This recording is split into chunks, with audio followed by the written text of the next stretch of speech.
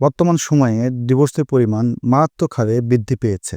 স্বামী স্ত্রীর মধ্যে ছোটখাটো ভুলভ্রান্তি নিয়ে স্বামী স্ত্রীর মধ্যে বিবাহটি বিচ্ছেদ ঘটে।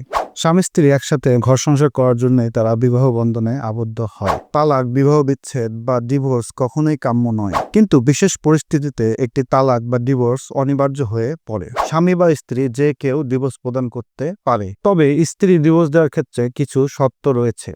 বিবাহ সম্পাদনের সময় বা বিবাহ নিবন্ধনের সময় যদি কাবিননামার 18 নম্বর কলামে স্ত্রীকে তালাক প্রদানের ক্ষমতা প্রদান করা হয়ে থাকে, তবে সেক্ষেত্রে কেবল স্ত্রী সরাসরি তার স্বামীকে তালাক প্রদান করতে পারে, যেটি তালাকে তৌফিজ নামে পরিচিত।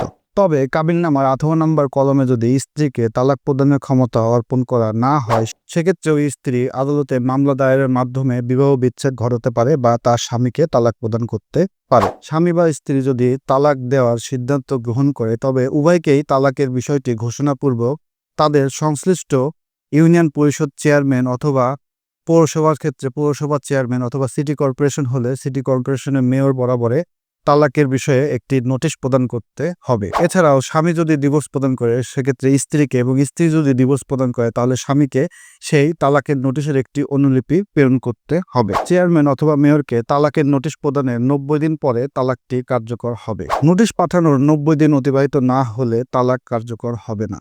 এই 90 দিন মূলত যেদিন চেয়ারম্যান নোটিশটি প্রাপ্ত হবে সেদিন থেকে গণনা করতে হবে। চেয়ারম্যান তালাকের নোটিশ প্রাপ্ত হওয়ার পরে বা মেয়র তালাকের নোটিশ প্রাপ্ত হওয়ার পরে 30 দিনের মধ্যে উভয় পক্ষের মধ্যে আপোষ মীমাংসার জন্য একটি সালিসি বোর্ড গঠন করবেন। এই সালিসি পরিষদ উভয় পক্ষের মধ্যে আপোষ মীমাংসার একটি চেষ্টা করবেন।